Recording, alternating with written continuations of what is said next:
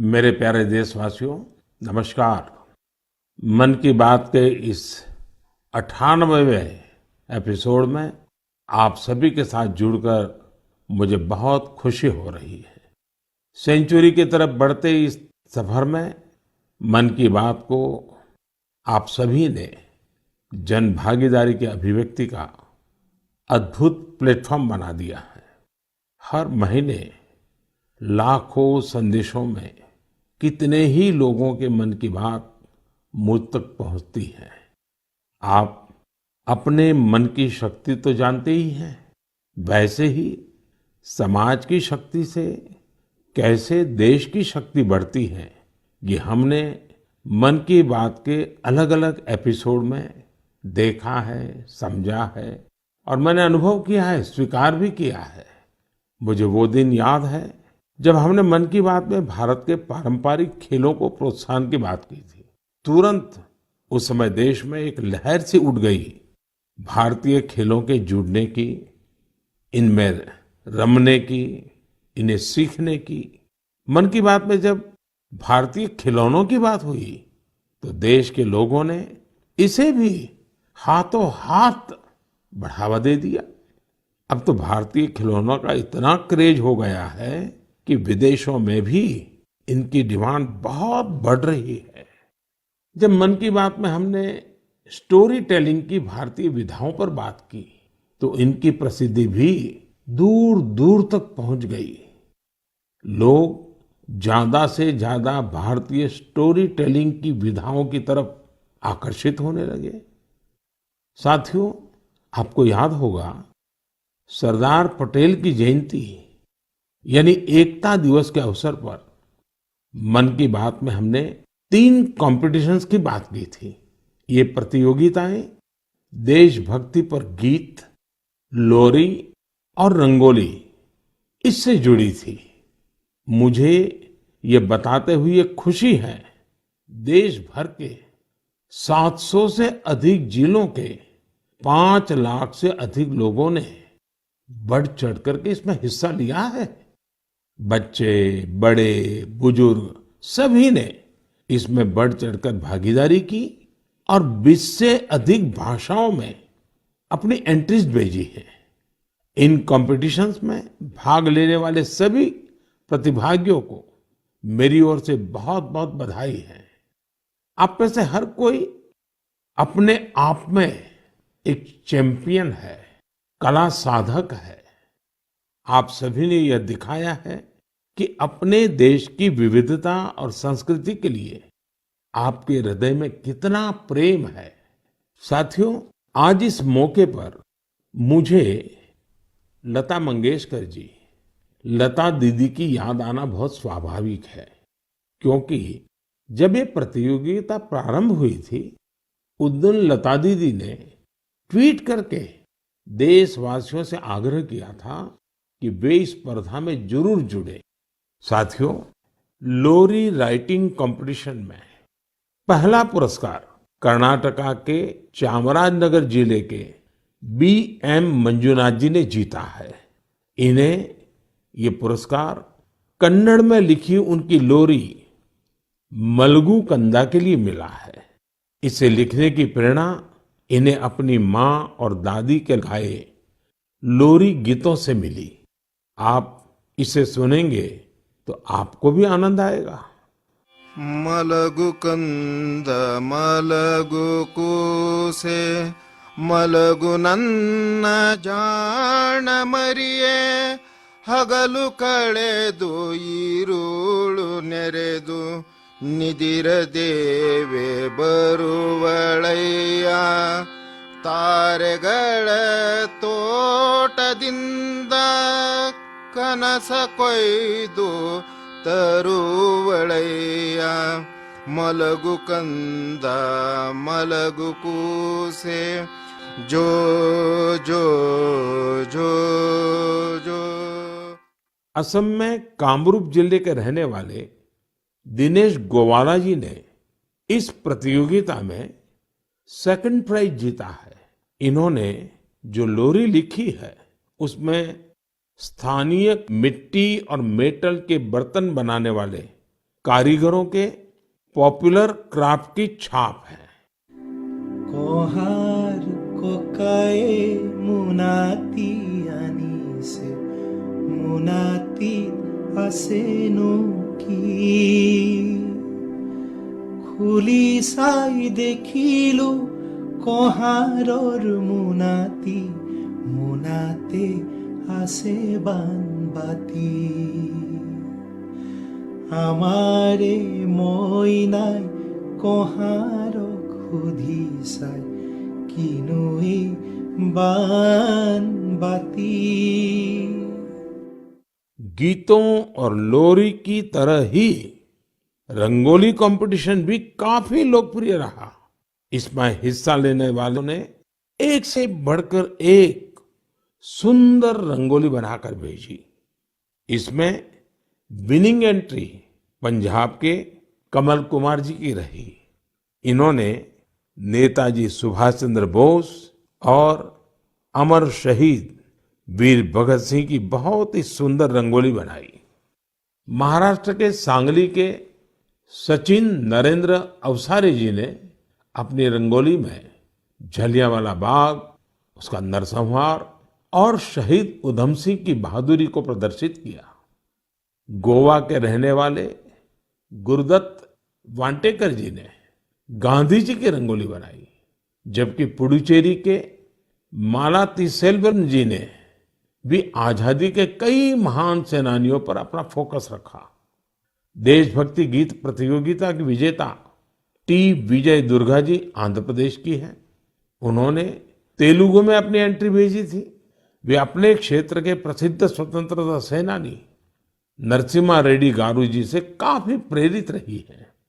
आप भी सुनिए विजय दुर्गा जी की एंट्री का यह हिस्सा। రేనాటి సూర్యుడా వీర నరసింహుడా భారత స్వాతంత్ర సమరపు అంకురానివి నీవురా అంకుశానివి నీవురా అంకుశానివి నీవురా తెల్లదొరల నీతి లేని నిరంకుశపు దమన కాండకు సలసలమని మరిగిన నీ నెత్తుటి ఎర్రని కాకలు రేనాటి సూర్యుడా వీర నరసింహుడా।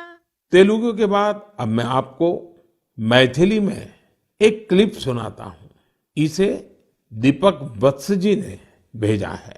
उन्होंने भी इस प्रतियोगिता में पुरस्कार जीता है। भारत दुनियाक शान छैयो भैया हमर देश महान छै। तीन बगल छै समुद्र से घेरल उत्तर में कैलाश बलवान छै। गंगा यमुन कृष्णा कावेरी कोसी कमला बलान छै। हमर देश महान छै यो भैया तिरंगे में बसल प्राण छै। साथियों, मुझे उम्मीद है आपको ये पसंद आई होगी। प्रतियोगिता में आई इस तरह की एंट्रीज की लिस्ट बहुत लंबी है। आप संस्कृति मंत्रालय की वेबसाइट पर जाकर इन्हें अपने परिवार के साथ देखें और सुनें। आपको बहुत प्रेरणा मिलेगी। मेरे प्यारे देशवासियों, बात बनारस की हो, शहनाई की हो, उस्ताद बिस्मिल्लाह खान जी की हो, तो स्वाभाविक है कि मेरा ध्यान उस तरफ जाएगा ही। कुछ दिन पहले उस्ताद बिस्मिल्लाह खान युवा पुरस्कार दिए गए। ये पुरस्कार म्यूजिक और परफॉर्मिंग आर्ट्स के क्षेत्र में उभर रहे प्रतिभाशाली कलाकारों को दिए जाते हैं। ये कला और संगीत जगत की लोकप्रियता बढ़ाने के साथ ही इसकी समृद्धि में अपना योगदान दे रहे हैं। इनमें वे कलाकार भी शामिल हैं जिन्होंने उन इंस्ट्रूमेंट्स में नई जान फूंकी है जिनकी पॉपुलैरिटी समय के साथ कम होती जा रही थी। अब आप सभी इस ट्यून को ध्यान से सुनिए।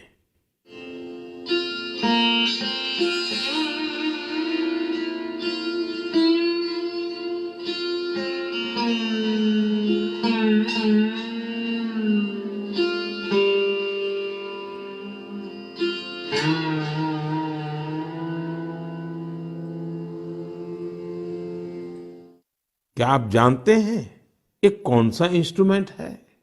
संभव है आपको पता न भी हो। इस वाद्य यंत्र का नाम सुरसिंगार है और इस धुन को तैयार किया है जॉयदीप मुखर्जी ने। जॉयदीप जी उस्ताद बिस्मिल्लाह खान पुरस्कार से सम्मानित युवाओं में शामिल है। इस इंस्ट्रूमेंट की धुनों को सुनना पिछले 50 और 60 के दशक से ही दुर्लभ हो चुका था, लेकिन जॉयदीप सुरसिंगार को फिर से पॉपुलर बनाने में जी जान से जुटे हैं। उसी प्रकार बहन उप्पलपू नागमणि जी का प्रयास भी बहुत ही प्रेरक है, जिन्हें मैंडोलिन में कार्नाटिक इंस्ट्रूमेंटल के लिए यह पुरस्कार दिया गया है। वहीं संग्राम सिंह सुहास भंडारे जी को वारकरी कीर्तन के लिए यह पुरस्कार मिला है। इस लिस्ट में सिर्फ संगीत से जुड़े कलाकार ही नहीं है। वी दुर्गा देवी जी ने नृत्य की एक प्राचीन शैली करकट्टम के लिए यह पुरस्कार जीता है। इस पुरस्कार के एक और विजेता राजकुमार नायक जी ने तेलंगाना के 31 जिलों में 101 दिन तक चलने वाली पेरिनी ओडिसी का आयोजन किया था। आज लोग इन्हें पेरिनी राजकुमार के नाम से जानने लगे हैं। पेरिनी नाट्यम भगवान शिव को समर्पित एक नृत्य है जो काकतीय डायनेस्टी के दौर में काफी लोकप्रिय था। इस डायनेस्टी की जड़ें आज के तेलंगाना से जुड़ी हैं। एक अन्य पुरस्कार विजेता साइखोम सुरचंद्रा सिंह जी है। ये मैतेई पुंग इंस्ट्रूमेंट बनाने में अपनी महारत के लिए जाने जाते हैं। इस इंस्ट्रूमेंट का मणिपुर से नाता है। पूरन सिंह एक दिव्यांग कलाकार है जो राजुला, मलुशाही, नेओली, हुड़का बोल, जागर जैसे विभिन्न म्यूजिक फॉर्म्स को लोकप्रिय बना रहे हैं। इन्होंने इनसे जुड़ी कई ऑडियो रिकॉर्डिंग्स भी तैयार की है। उत्तराखंड के फोक म्यूजिक में अपनी प्रतिभा का प्रदर्शन कर पूरन सिंह जी ने कई पुरस्कार भी जीते हैं।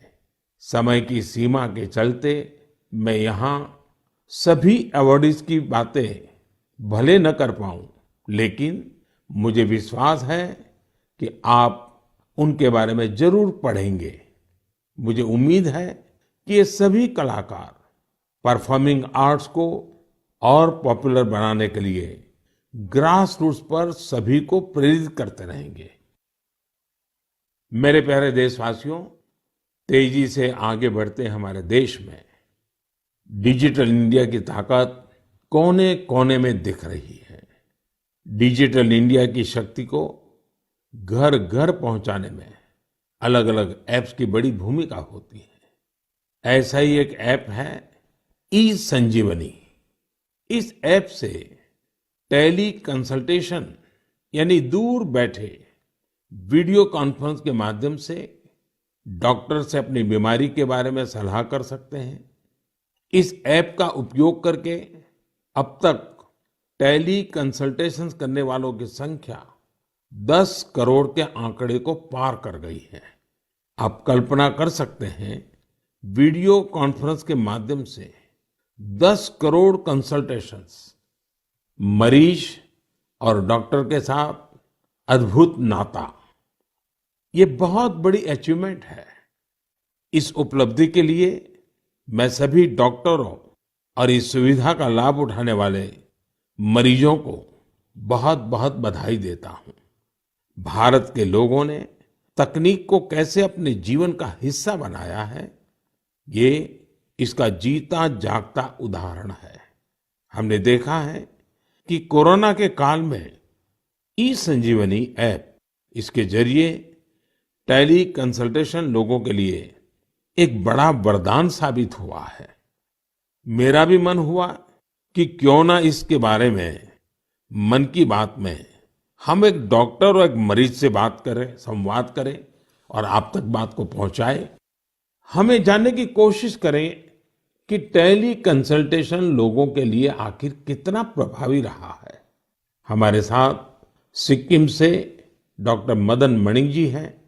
डॉक्टर मदन मणि जी रहने वाले सिक्किम के ही हैं, लेकिन उन्होंने एमबीबीएस धनबाद से किया और फिर बनारस हिंदू यूनिवर्सिटी से एमडी किया। वो ग्रामीण इलाकों के सैकड़ों लोगों को टेली कंसल्टेशन दे चुके हैं। नमस्कार, नमस्कार मदन मणि जी। जी नमस्कार सर। मैं नरेंद्र मोदी बोल रहा हूँ।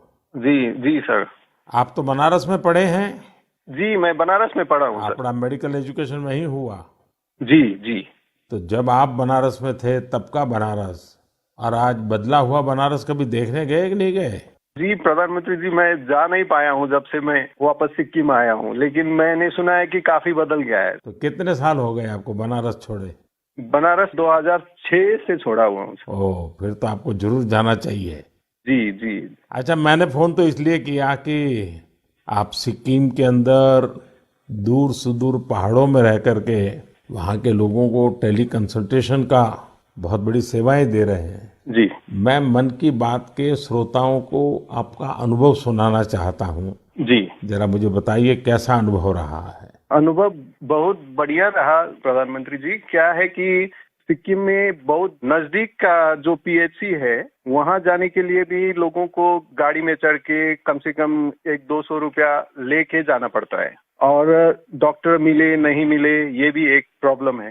तो टेली कंसल्टेशन के माध्यम से लोग हम लोग से सीधे जुड़ जाते हैं। दूर दराज के लोग हेल्थ एंड वेलनेस सेंटर के जो सीएचओ होते हैं वो लोग हम लोग से कनेक्ट करवा देते हैं, और हम लोग का जो पुराने उनके बीमारी है, उनकी रिपोर्ट्स, उनका अभी का प्रेजेंट कंडीशन, सारी चीजें हम लोग को वो बता देते हैं। यानी डॉक्यूमेंट ट्रांसफर करते हैं? जी जी, डॉक्यूमेंट्स ट्रांसफर भी करते हैं, और अगर ट्रांसफर नहीं कर सके तो वो पढ़ के हम लोग को बताते हैं। वहाँ का वेलनेस सेंटर का डॉक्टर बताता है? जी, वेलनेस सेंटर में जो सीएचओ रहता है, कम्युनिटी हेल्थ ऑफिसर। और जो पेशेंट है वो अपनी कठिनाइयाँ आपको सीधी बताता है? जी, पेशेंट भी कठिनाई हमको बताता है। फिर पुराने रिकॉर्ड्स देख के, फिर अगर कोई नई चीजें हम लोग को जानना है, जैसे किसी का चेस्ट ऑस्कल्टेट करना है, अगर उसको पैर सूजा है कि नहीं, अगर सीएचओ ने नहीं देखा है तो हम लोग उसको बोलते हैं कि जाके देखो सूजन है नहीं है, आंख देखो, एनीमिया है कि नहीं है, उसका अगर खांसी है तो चेस्ट को ऑस्कल्टेट करो और पता करो कि वहाँ पे साउंड है कि नहीं। आप वॉइस कॉल से बात करते हैं या वीडियो कॉल का भी उपयोग करते हैं? जी, वीडियो कॉल का उपयोग करते हैं। तो आप पेशेंट को भी देखते हैं? पेशेंट को भी देख पाते हैं। जी। पेशेंट को क्या फीलिंग आता है? पेशेंट को अच्छा लगता है, क्योंकि डॉक्टर को नजदीक से वो देख पाता है। उसको कंफ्यूजन रहता है कि उसका दवा घटाना है, बढ़ाना है, क्योंकि सिक्किम में ज्यादातर जो पेशेंट होते हैं वो डायबिटीज, हाइपरटेंशन के आते हैं, और एक डायबिटीज और हाइपरटेंशन के दवा को चेंज करने के लिए उसको डॉक्टर मिलने के लिए कितना दूर जाना पड़ता है, लेकिन टेली कंसल्टेशन के थ्रू वहीं मिल जाता है, और दवा भी हेल्थ एंड वेलनेस सेंटर में फ्री ड्रग्स इनिशिएटिव के थ्रू मिल जाता है, तो वहीं से दवा भी लेके जाता है वो। अच्छा मदन मणि जी, आप तो जानते ही हैं कि पेशेंट का एक स्वभाव रहता है कि जब तक वो डॉक्टर आता नहीं है, डॉक्टर देखता नहीं है, उसको संतोष नहीं होता है, और डॉक्टर को भी लगता है जरा मरीज को देखना पड़ेगा। अब आज सारा ये टेलीकॉम कंसल्टेशन होता है, तो डॉक्टर को क्या फील होता है, पेशेंट को क्या फील होता है? जी, वो हम लोग को भी लगता है कि अगर पेशेंट को लगता है कि डॉक्टर को देखना चाहिए, तो हम लोग को जो जो चीजें देखना है वो हम लोग सीएचओ को बोल के वीडियो में ही हम लोग देखने के लिए बोलते हैं। और कभी कभी तो पेशेंट को वीडियो में ही नजदीक में आके उसकी जो परेशानियां हैं, अगर किसी को चर्म का प्रॉब्लम है, स्किन का प्रॉब्लम है, तो वो हम लोग को वीडियो से ही दिखा देते हैं, तो संतुष्टि रहता है उन लोगों को। और बाद में उसका उपचार करने के बाद उसको संतोष मिलता है? क्या अनुभव आता है? पेशेंट ठीक हो रहे हैं? जी, बहुत संतोष मिलता है, हमको भी संतोष मिलता है सर, क्योंकि मैं अभी स्वास्थ्य विभाग में हूँ और साथ साथ में टेली कंसल्टेशन भी करता हूँ, तो फाइल के साथ साथ पेशेंट को भी देखना मेरे लिए बहुत अच्छा सुखद अनुभव रहता है। एवरेज कितने पेशेंट आपको टेली कंसल्टेशन के आते होंगे? अभी तक मैंने 536 पेशेंट देखे हैं। ओह, यानी कि आपको काफी इसमें महारत आ गई है। जी, अच्छा लगता है देखने में। चलिए, मैं आपको शुभकामनाएं देता हूँ। इस टेक्नोलॉजी का उपयोग करते हुए आप सिक्किम के दूर सुदूर जंगलों में, पहाड़ों में रहने वाले लोगों की इतनी बड़ी सेवा कर रहे हैं, और खुशी की बात है कि हमारे देश के दूर दराज क्षेत्र में भी टेक्नोलॉजी का इतना बढ़िया उपयोग हो रहा है। चलिए, मेरी तरफ से आपको बहुत बहुत बधाई। Thank you. साथियों, डॉक्टर मदन मणि जी की बातों से साफ है कि ई संजीवनी ऐप किस तरह उनकी मदद कर रहा है। डॉक्टर मदन जी के बाद अब हम एक और मदन जी से जुड़ते हैं। ये उत्तर प्रदेश के चंदौली जिले के रहने वाले मदन मोहनलाल जी हैं। अब ये भी संयोग है कि चंदौली भी बनारस से सटा हुआ है। आइए मदन मोहन जी से जानते हैं कि ई संजीवनी को लेकर एक मरीज के रूप में उनका अनुभव क्या रहा है। मदन मोहन जी प्रणाम। नमस्कार। नमस्कार साहब। नमस्कार। अच्छा, मुझे बताया गया है कि आप डायबिटीज के मरीज हैं जी और आप टेक्नोलॉजी का उपयोग करके टेली कंसल्टेशन कर करके अपनी बीमारी के संबंध में मदद लेते हैं। जी एक पेशेंट के नाते, एक दर्दी के रूप में मैं आपके अनुभव सुनना चाहता हूं ताकि मैं देशवासियों तक इस बात को पहुंचाना चाहूं कि आज की टेक्नोलॉजी से हमारे गांव में रहने वाले लोग भी किस प्रकार से इसका उपयोग कर सकते हैं। जरा बताइए कैसे करते हैं। ऐसा है सर कि हॉस्पिटलें दूर हैं और जब डायबिटीज हमको हुआ तो हमको जो 5-6 किलोमीटर दूर जाकर इलाज करना पड़ता था, दिखाना पड़ता था। और जब से व्यवस्था आप द्वारा बनाई गई है, इससे है कि मैं जाता हूँ, हमारा जांच होता है, हमको बाहर के डॉक्टरों से बात भी करा देती हैं और दवा भी दे देती हैं। इससे हमको बड़ा लाभ है और लोगों को भी लाभ है इससे। तो एक ही डॉक्टर हर बार आपको देखते हैं कि डॉक्टर बदलते जाते हैं? जैसे उनको नहीं समझ, जिस डॉक्टर को दिखा देती हैं, वही बात करके दूसरे डॉक्टर से हमसे बात कराती हैं। और डॉक्टर आपको जो गाइडेंस देते हैं वो आपको पूरा फायदा होता है उससे? हमको फायदा होता है, हमको उससे बहुत बड़ा फायदा है और गांव के लोगों को भी फायदा उससे है। सभी लोग वहाँ पहुँचते हैं कि भैया हमारा बीपी है, हमारा शुगर है, टेस्ट करो, जांच करो, दवा बताओ। और पहले तो 5-6 किलोमीटर दूर जाते थे, लंबी लाइन लगी रहती थी, पैथोलॉजी में लाइन लगी रहती थी, एक दिन का समय नुकसान होता था। मतलब आपका समय भी बच जाता है और पैसा भी व्यय होता था। यहाँ पे निःशुल्क सेवाएं सब हो रही हैं। अच्छा, जब आप अपने सामने डॉक्टर को मिलते हैं तो एक विश्वास बनता है, चलो भाई डॉक्टर हैं, उन्होंने मेरी नाड़ी देख ली है, मेरी आंखें देख ली है, मेरा जीभ को भी चेक कर लिया है, तो एक अलग फीलिंग आता है। अब ये टेली कंसल्टेशन करते हैं तो वैसा ही संतोष होता है आपको? हाँ, संतोष होता है कि हमारी नाड़ी पकड़ रहे हैं, आला लगा रहे हैं, ऐसा मुझे महसूस होता है। और हमको बड़ा तबीयत खुश होती है कि भाई इतनी अच्छी व्यवस्था द्वारा बनाई गई है, जिससे कि हमको जहाँ परेशानी थी, जाना पड़ता था, गाड़ी भाड़ा देना पड़ता था, वहाँ लाइन लगाना पड़ता था, और सारी सुविधाएं हमको घर बैठे बैठे मिल रही है। चलिए मदन मोहन जी, मेरी तरफ से आपको बहुत शुभकामनाएं हैं। उम्र के इस पड़ाव पर भी आप टेक्नोलॉजी को सीखे हैं, टेक्नोलॉजी का उपयोग करते हैं। औरों को भी बताइए ताकि लोगों का समय भी बच जाए, धन भी बच जाए और उनको जो भी मार्गदर्शन मिलता है उससे दवाइयाँ भी अच्छे ढंग से हो सकती हैं। हाँ, और क्या। चलिए, मेरी बहुत बहुत शुभकामनाएं हैं आपको मदन मोहन जी। बनारस को साहब आपने काशी विश्वनाथ को एकदम बना दिया, डेवलपमेंट कर दिया, ये आपको बधाई है हमारे तरफ से। मैं आपका धन्यवाद करता हूँ। हमने क्या बनाया जी, बनारस के लोगों ने बनारस को बनाया है। नहीं तो हम तो माँ गंगा की सेवा के लिए माँ गंगा ने बुलाया है, बस और कुछ नहीं। ठीक है जी, बहुत बहुत शुभकामनाएं आपको। प्रणाम जी। नमस्कार सर। नमस्कार जी। साथियों, देश के सामान्य मानवी के लिए, मध्यम वर्ग के लिए, पहाड़ी क्षेत्रों में रहने वालों के लिए ई संजीवनी जीवन रक्षा करने वाला ऐप बन रहा है। ये है भारत की डिजिटल क्रांति की शक्ति और इसका प्रभाव आज हम हर क्षेत्र में देख रहे हैं। भारत के यूपीआई की ताकत भी आप जानते ही हैं। दुनिया के कितने ही देश इसकी तरफ आकर्षित हैं। कुछ दिन पहले ही भारत और सिंगापुर के बीच यूपीआई पे नाउ लिंक लॉन्च किया गया। अब सिंगापुर और भारत के लोग अपने मोबाइल फोन से उसी तरह पैसे ट्रांसफर कर रहे हैं जैसे वे अपने अपने देश के अंदर करते हैं। मुझे खुशी है कि लोगों ने इसका लाभ उठाना शुरू कर दिया है। भारत का ई संजीवनी ऐप हो या फिर यूपीआई, ये ईज ऑफ लिविंग को बढ़ाने में बहुत मददगार साबित हुए हैं। मेरे प्यारे देशवासियों, जब किसी देश में विलुप्त हो रहे किसी पक्षी की प्रजाति को, किसी जीव जंतु को बचा लिया जाता है तो उसकी पूरी दुनिया में चर्चा होती है। हमारे देश में ऐसी अनेकों महान परंपराएं भी हैं जो लुप्त हो चुकी थी, लोगों के मन मस्तिष्क से हट चुकी थी, लेकिन अब इन्हें जनभागीदारी की शक्ति से पुनर्जीवित करने का प्रयास हो रहा है। तो इसकी चर्चा के लिए मन की बात से बेहतर मंच और क्या होगा। अब जो मैं आपको बताने जा रहा हूं वो जानकर वाकई आपको बहुत प्रसन्नता होगी, विरासत पर गर्व होगा। अमेरिका में रहने वाले श्रीमान कंचन बैनर्जी ने विरासत के संरक्षण से जुड़े ऐसे ही एक अभियान की तरफ मेरा ध्यान आकर्षित किया है। मैं उनका अभिनंदन करता हूं। साथियों, पश्चिम बंगाल में हुगली जिले के बांसबेरिया में इस महीने त्रिबेनी कुंभो महोत्सव का आयोजन किया गया। इसमें 8 लाख से ज्यादा श्रद्धालु शामिल हुए। लेकिन क्या आप जानते हैं कि ये इतना विशेष क्यों है? विशेष इसलिए क्योंकि इस प्रथा को 700 साल के बाद पुनर्जीवित किया गया है। यूं तो ये परंपरा हजारों वर्ष पुरानी है, लेकिन दुर्भाग्य से 700 साल पहले बंगाल के त्रिबेनी में होने वाला ये महोत्सव बंद हो गया था।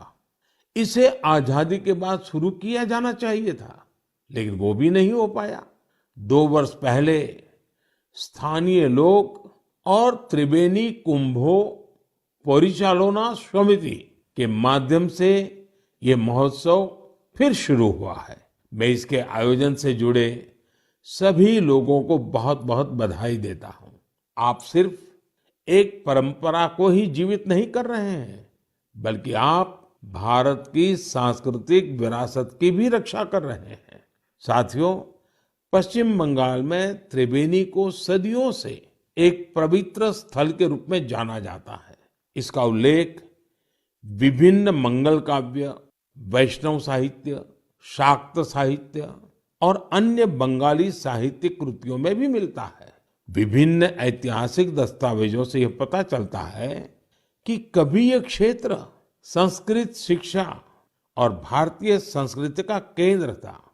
कई संत इसे माघ संक्रांति में कुंभ स्नान के लिए पवित्र स्थान मानते हैं। त्रिबेनी में आपको कई गंगा घाट, शिव मंदिर और टेराकोटा वास्तुकला से सजी प्राचीन इमारतें देखने को मिल जाएगी। त्रिबेनी की विरासत को पुनर्स्थापित करने और कुंभ परंपरा के गौरव को पुनर्जीवित करने के लिए यहाँ पिछले साल कुंभ मेले का आयोजन किया गया था। 7 सदियों बाद 3 दिन के कुंभ महास्नान और मेले ने इस क्षेत्र में एक नई ऊर्जा का संचार किया है। 3 दिनों तक हर रोज होने वाली गंगा आरती, रुद्राभिषेक और यज्ञ में बड़ी संख्या में लोग शामिल हुए। इस बार हुए महोत्सव में विभिन्न आश्रम, मठ और अखाड़े भी शामिल थे। बंगाली परंपराओं से जुड़ी विभिन्न विधाएं जैसे कीर्तन, बाउल, गोडियो नृत्य, श्रीखोल, पोटेर गान, छऊ नाच शाम के कार्यक्रमों में आकर्षण का केंद्र बने थे। हमारे युवाओं को देश के सुनहरे अतीत से जोड़ने का एक बहुत ही सराहनीय प्रयास है। भारत में ऐसी कई और प्रैक्टिसेस हैं जिन्हें रिवाइव करने की जरूरत है। मुझे आशा है कि इनके बारे में होने वाली चर्चा लोगों को इस दिशा में जरूर प्रेरित करेगी।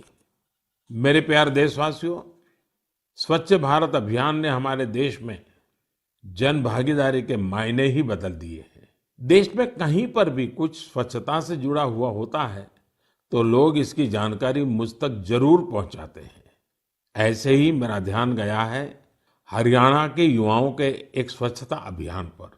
हरियाणा में एक गांव है दुल्हेड़ी। यहाँ के युवाओं ने तय किया हमें भिवानी शहर को स्वच्छता के मामले में एक मिसाल बनाना है। उन्होंने युवा स्वच्छता एवं जन सेवा समिति नाम से एक संगठन बनाया।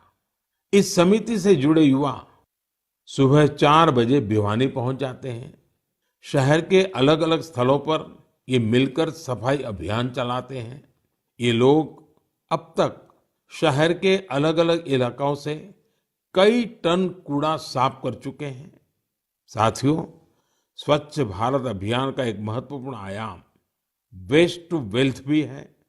ओडिशा के केंद्रपाड़ा जिले की एक बहन कमला मोहराना एक स्वयं सहायता समूह चलाती है। इस समूह की महिलाएं दूध की थैली और दूसरी प्लास्टिक पैकिंग से टोकरी और मोबाइल स्टैंड जैसी कई चीजें बनाती हैं। ये इनके लिए स्वच्छता के साथ ही आमदनी का भी एक अच्छा जरिया बन रहा है। हम अगर ठान लें तो स्वच्छ भारत में अपना बहुत बड़ा योगदान दे सकते हैं। कम से कम प्लास्टिक बैग की जगह कपड़े के बैग का संकल्प तो हम सबको ही लेना चाहिए। आप देखेंगे आपका ये संकल्प आपको कितना संतोष देगा और दूसरे लोगों को जरूर प्रेरित करेगा। मेरे प्यारे देशवासियों, आज हमने और आपने साथ जुड़कर एक बार फिर कई प्रेरणादायी विषयों पर बात की। परिवार के साथ बैठ करके उसे सुना और अब उसे दिन भर गुनगुनाएंगे भी। हम देश की कर्मठता की जितनी चर्चा करते हैं उतनी ही हमें ऊर्जा मिलती है। इसी ऊर्जा प्रवाह के साथ चलते चलते आज हम मन की बात के 98वें एपिसोड के मुकाम तक पहुंच गए हैं। आज से कुछ दिन बाद ही होली का त्योहार है।